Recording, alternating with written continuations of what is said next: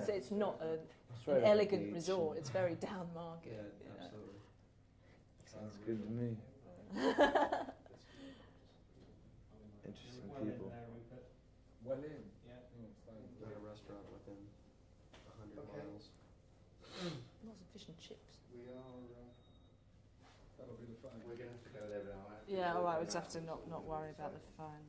Okay, all right, so we'll talk about the video first, and then there's a couple of other things that we want to do. All right. Good. We hate No, that's okay, you can tell me that. Are you worried about Eddie's pen? No. Good. Little fetish there to play with. The pen will kind of divert the attention. Shinier pen. Okay. Before we talk about the video, can we start off talking about the song? And what it's all about and how you came to write it? Yeah. Gosh, all of a sudden I'm not that talkative. There's just a small article in the paper about this big, about a kid. It was just about a kid and something he did in his English class. And in America, I don't know, a kid probably kills himself. There's probably a kid killing himself right now as we speak. Like every other second. Every 30 seconds, I think. There's a kid that kills himself. For a good reason, and probably only reasons that he would know.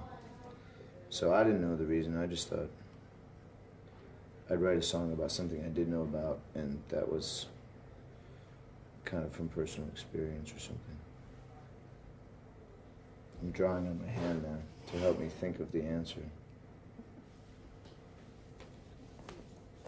Now, you want me to tell you what the song is about? I don't want to tell what the song is about because a lot of these lyrics have been open to interpretation, and people have taken them.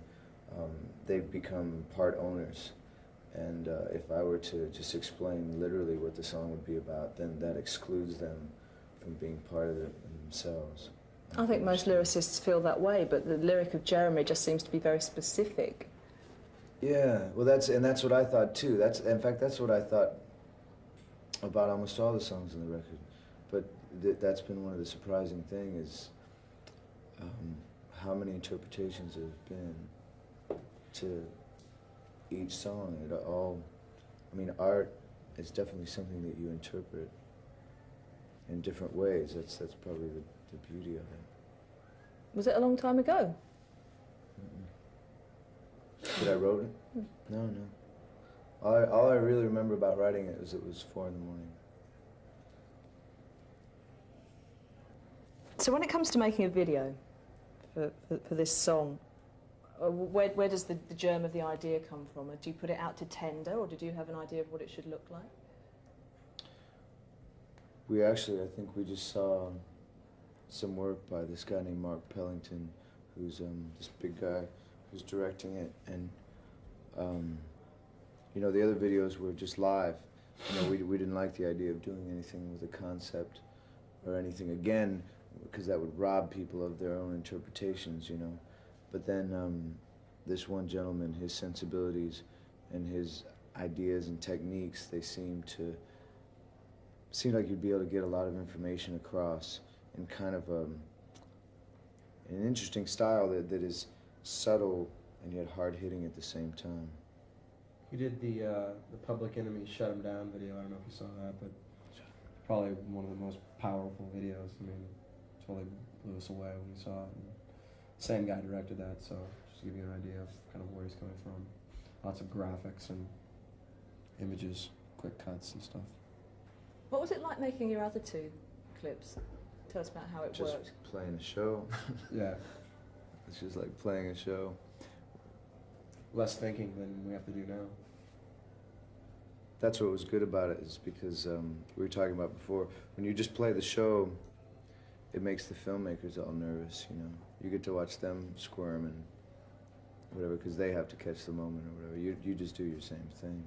But it can't be the same, can it? I mean, you must have had to run through the same number several times. And No, just played it once, and then I think we played it once for encore too, and we told the crowd. and play it again. Right. That was for live, and for Even Flow, we played the Oh, song I was once. just one. Yeah. Once during the Even set, Flow. and he just had to, from the film he shot, he just had to put something together. So you can tell there's a few moments in that video that aren't quite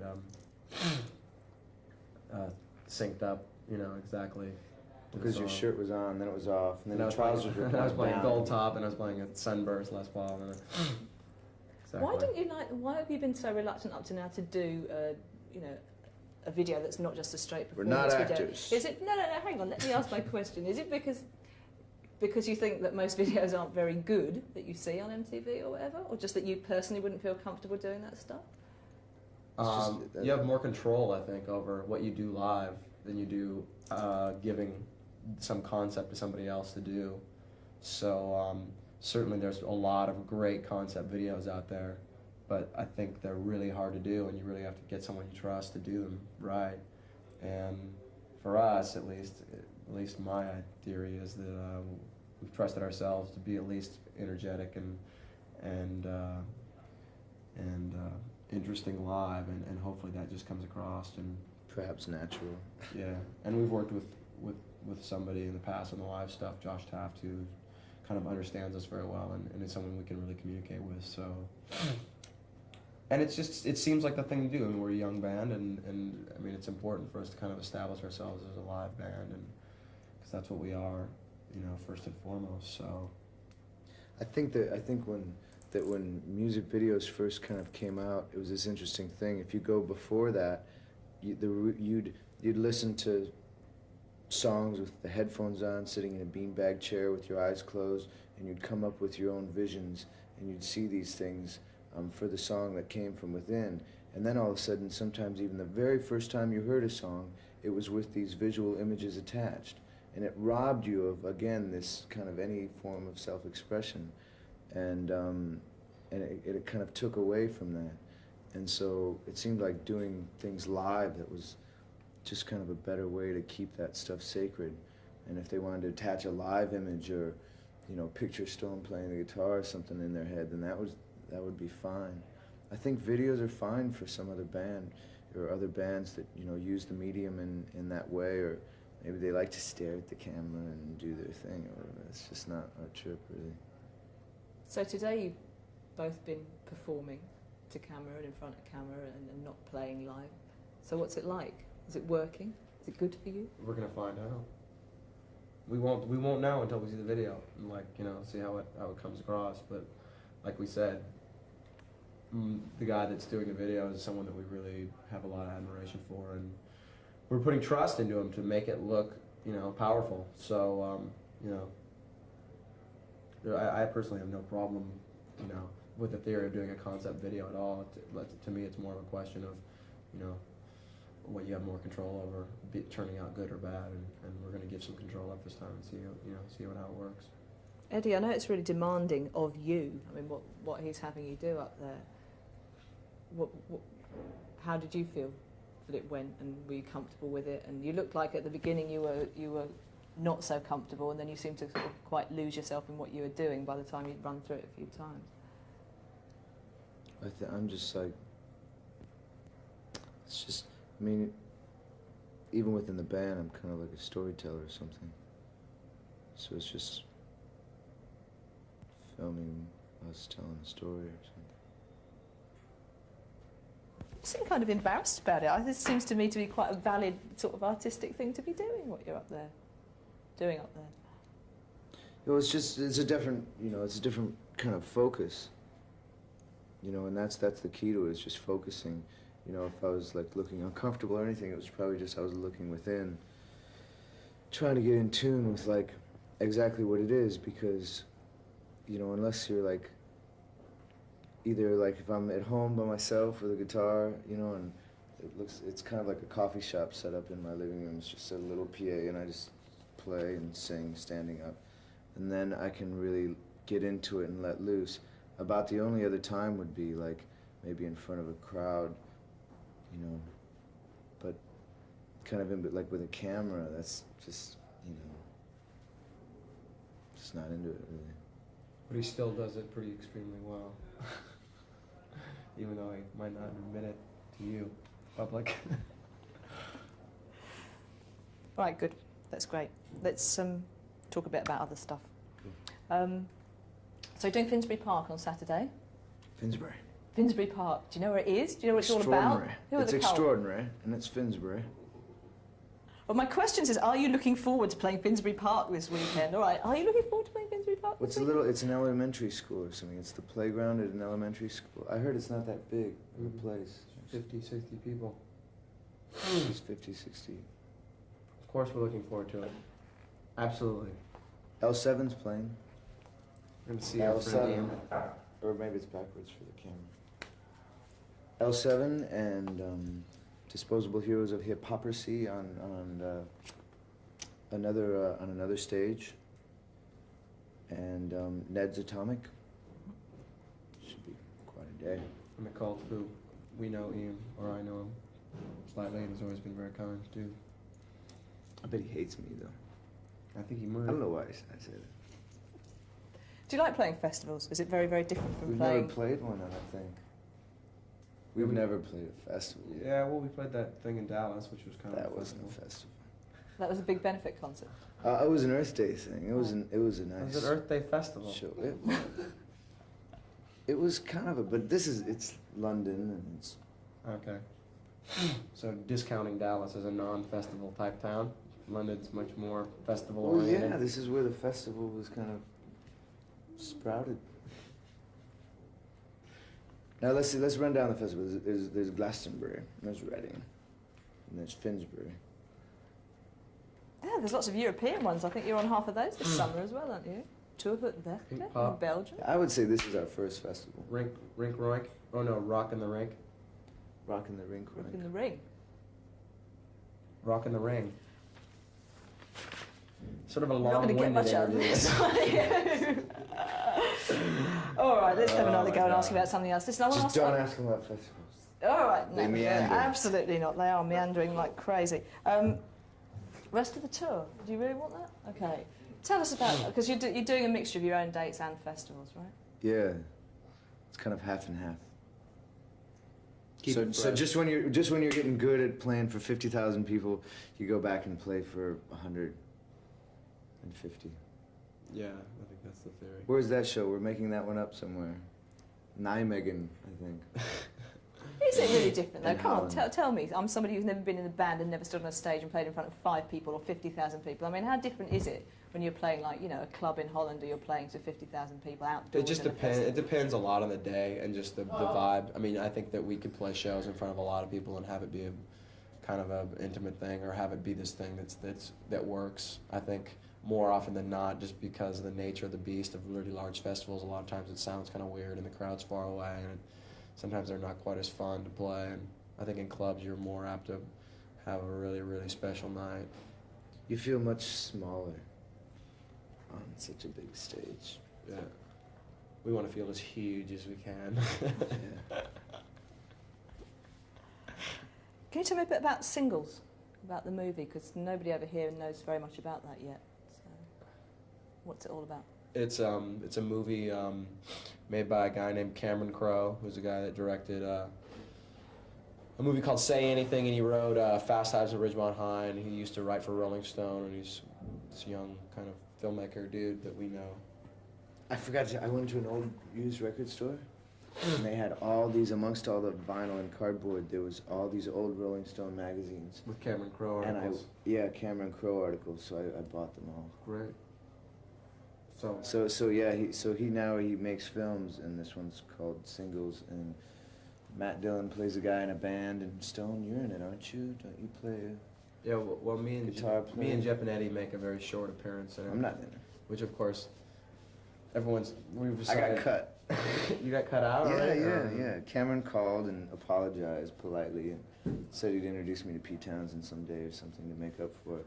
You're still working that Pete Townsend angle right now, right? Yeah, she's out there. Give him a call, Pete, please. Get it over with. But anyways, it's got a really good soundtrack of Soundgarden and Smashing Pumpkins and a bunch of good bands. It's a good soundtrack. Mudhoney. It's more of a movie about relationships between people like our age, and it's not really about the Seattle scene, although I hate to use that term. I think there's a lot of press going around that people think it's about the Seattle music scene, and it's really not. It's more set in Seattle, and one of the members of this cast is in a band, and he plays a role in the movie. But there's also a lot of other stories involved in it. But the soundtrack is definitely going to have some Seattle bands on it, plus a lot of other really great bands. Matt Dillon plays a long-haired rocker who falls in love with Chris Cornell, and it's about his attempts to get a date with him. Has failed. Chris is kind of the love interest. Kind of a homosexual awakening kind of a thing. Yeah. Cameron's breaking grounds with this new film. Kirk Cameron, isn't it? Do you want to cut from it and sort them out? No? Keep going.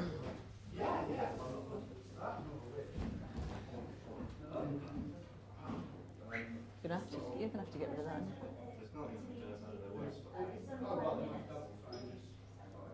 Is it hoodlums? It's soccer hoodlums, isn't This is it? the Air Office. What are those guys called again? Football hooligans. Lagerlouts. Yeah. Lagerlouts. Lagerlouts, that's what it is. It's a big raging herd of lagerlouts. Just trying to remember all my English. I'm trying to remember the song I wrote about Lagerlouts the first time I heard that term. Let's have another lager. Can I have another quick question about this movie then? You've got a couple of songs on the soundtrack, I gather. Right. Two Are they old songs? new ones. One old. Yeah. Breath of the Scream, which was off But the they've original. never heard them, so it's Yeah. new. Oh, right. Okay. Yeah. Yeah, you've never heard these songs before. Unless you've seen us live, because we play them every once in a while. And before we play them, we talk about the movie and say how we're going to be such big stars. So we're gonna moving on to our acting career next. Really important to us. All right, good. That single's out the way. One more thing. This is a nightmare. You know, got a whole separate thing going on down. Okay. The Pulse, which is our sort of style. Okay, all right, cool. Sorry, I thought because we had so much general chat. Yeah, sure. So, assuming you know. Yeah, all right, okay, all right, okay, all right, yeah, all right. Like Help me out here. treatment, like- Yeah, right, right. Yeah, sure, okay, all right, yeah. You might explain too that they're not showing this piece about the video until the video is released over here, so it's not like. Right. You're not giving away secrets, you Right, know, right. this will run at the same time as we're showing the video. Straight into the finished video. Right, okay. Just wondering what. So you liked Mark Pellington's ideas when he brought you ideas for doing the video for Jeremy. So what were the ideas and what's actually going to be in the video? Just a lot of. We just came together and we took. I had a book of notes and he had a book of notes, and we just went through and had a couple pints and just got all these visions of intense. I don't know. I'm gonna have to just wait to see it. You know, you can always picture things in your head, but you never know if they're gonna come out. So, and if anybody could make them, I think it would be this guy Mark. So we'll see. There's not much I can tell you. Well, there are other elements, aren't there, apart from what you're doing here today. So can you tell us a bit about what they're going to be? Well, there's gonna be a little boy, and they're looking for him right now. No, I mean, it's all very general soon. It's really like just general stuff. Can you describe what you've been doing and are doing today? Just so that, because when we've got pictures, that way we can have, you know, your voice saying, well, you know, and he had me stand in front of Perspex and draw, whatever. Yeah. So what has he actually got you doing on this shoot? This is just kind of chopping the band in a non-performing way. Like, we're not really, you know, that as long as we're going to do a concept thing, we won't even, let's just decide not to perform at all. And so they'll just chop shots of the band within this whole other storyline. He's gonna be doing some layering stuff and some double exposures, and it's kind of surreal shots of members of the band standing or just looking or walking or, you know, and it's got Eddie, he's drawing on a piece of glass and that, you know, he sings the track once, so it's going to be one of those things that's the edit, it's totally going to be dependent on the edit, because it's the way he puts videos together, or at least seemingly to me, it's like it takes a montage of a million different elements, like graphics and like visuals and just, you know, weird post-production stuff, and he kind of blends it all together into this one thing. So unlike, you know, us, you know, plastered someplace and playing our instruments and going through it over and over again, it's more of, again, trusting him that just to piece this stuff together and to layer it to the point where it actually means something, or, you know, actually says something. So Better for you. Okay. Right, now, yes, yeah. Yeah, okay. Right, I know it's terrible to throw quotes back at you, but apparently one of you said in an interview that it would be really ideal to skip straight from 10 to the third album, because by then everything would be just right and just how you want it. Can you explain that to me? I don't know if that's the exact quote. I was just saying that I'm really glad to be in this band in the sense that I'm so excited about our third record, or our fourth record, because I can see that this is going to be a band that grows and continually tries to change and do new things. So I'm in no rush to get to the third album. I am sort of excited about making the second record at this point. See, I'm thinking about the fourth, Yeah, the ambient record. You doubt us, but No, I'm not kidding. yeah. So what are you doing about the second album? Are you ever going to... I mean, you seem We're to be all just touring kind of all the individually time. storing musical ideas in our heads and We actually- jams and stuff, and we're just gonna make a weird patchwork quilt at the end of it all. And we're gonna release it only in Belgium. Boy, wouldn't that be interesting? I figure the Oh, Peppers yeah. can try out their new Okay. guitar player there. I figure we can release our record there. Look at a dead horse. I don't... You edit in sound effects like beep, boop, boop, boop, Yeah, yeah, boop, yeah. boop. Let me ask you a couple of specific things. What? It's a fairly quick cut, so maybe. Yes, yes. That's how we like. Yeah. After that total deadpan comment, and then Yeah. All right, couple of generic questions for things that people are doing at MTV, one of which is about sports, because we're doing a lot of stuff about the Olympics. If you played an Olympic sport, they want to know, what would it be? Basketball. Only because you could play with the greatest basketball players ever in the history of the game, and they're all assembled on one team pretty much right now. Michael Jordan, Patrick Ewing, David Magic Robinson, Johnson in his last games. Charles Barkley.